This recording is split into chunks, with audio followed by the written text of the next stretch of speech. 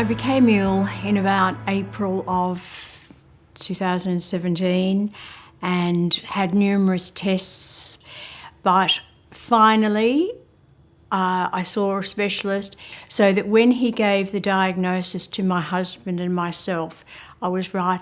I'd cried my tears because I knew that the statistics for pancreatic cancer were not particularly good. My husband and I had only been married at this stage for a couple of years after 30 years of being a widow, and we had so much to look forward to. And I had to have something to hold on to. I just wanted to keep it to myself until I felt the strength that I could face the world with it. I didn't want to burden my husband, I didn't want to burden my family with it, and it was frenetic for the first couple of months. Before then, I think I realised that if I looked after myself, I sort of could keep going for a bit longer, and I wasn't going to die because I had too much to look forward to. I had too much to live for. The support of my family were absolutely crucial at this stage, and also the support of my GP. And my GP made himself available that I could call him, I could ask him things, he would get the results of all of my tests, and I'm very grateful for the support I got from them. People are often, once diagnosed with pancreatic cancer, feel shocked, afraid, they're fearful of what the diagnosis means, they're fearful for their future, they're fearful of the treatments, they're fearful of becoming a burden on someone that they love. And it can cause sadness, people can feel isolated and alone. They can feel angry about the diagnosis. So everyone's response is individual. And so people have gone from perceiving themselves as healthy individuals to quite sick really quickly. So I think it's really about normalising a lot of their feelings, and it's normal to experience the shock, the anger, the fear. To cope with the diagnosis, I think some of the things that help is to break things down, take it one day at a time, not plan too far ahead, just deal what we have to deal with in that moment. A lot of what happens after that diagnosis is that the hospital system and doctors and medical appointments take over someone's life and diary. So it's important to keep focused on and have some pleasant things planned in that time. But it's also helping the person seek the right information, try and articulate the questions that they need to ask their medical team so they can make the best decisions for themselves going forward. I was continually feeling fatigued, I was feeling nauseous, I was having problems with diarrhoea, I wasn't going to leave the house or anything like that.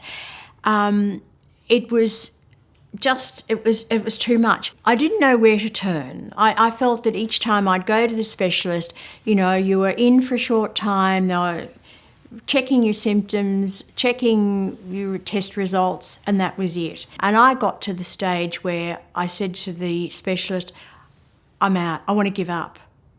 I can't go on with this.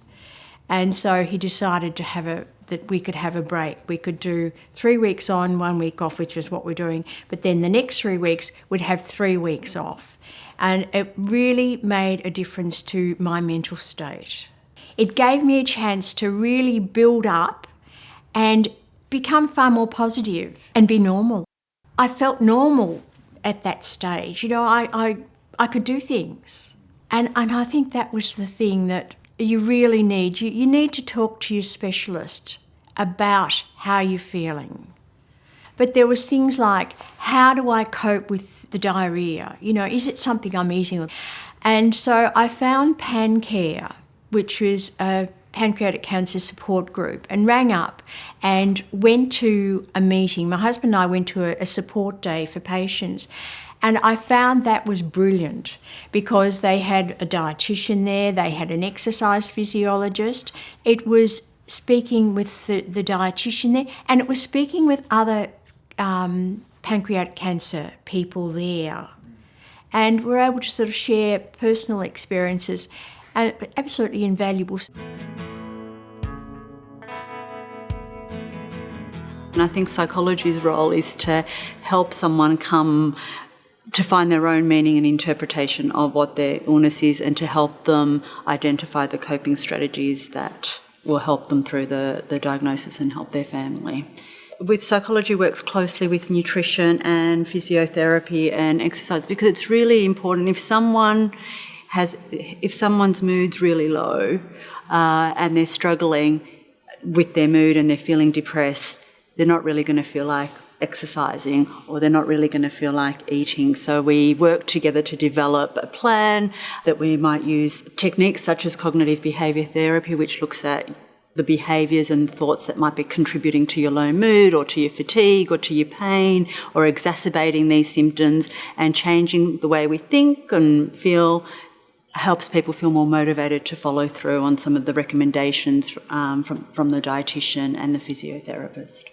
We tailor all our interventions to the person and their circumstances, and no person experiences their cancer diagnosis in exactly the same way, and everyone's history is different. So people bring lots of different things into the session. So they might come and talk about their family and their worries about how their family's coping, and struggles with what worrying and burdening their family, and we'll work individually.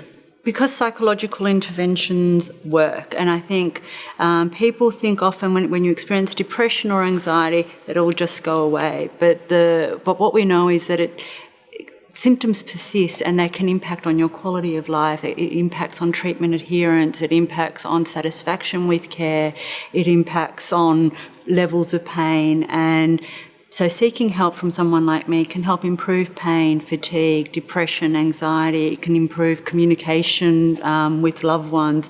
It can help people adjust and explain the cancer diagnosis and prognosis to their family and their loved one, and can improve their overall quality of life. Most hospitals have a psychology, social work or a psychiatry services, so people can access these services through their hospital. In the community, we have the mental health plans through the GP, where the GP develops a mental health plan and refers to a community psychologist or mental health worker, and patients are able to access 10 individual sessions with the psychologist, as well as 10 group sessions that are Medicare rebated. There are online phone counselling services through the Cancer Council, through Beyond Blue or Lifeline. There's a Grief Line counselling service. I think the things that have just kept me so positive have been the love and support of my husband and my family. And you've got to think about what you do want to do in life.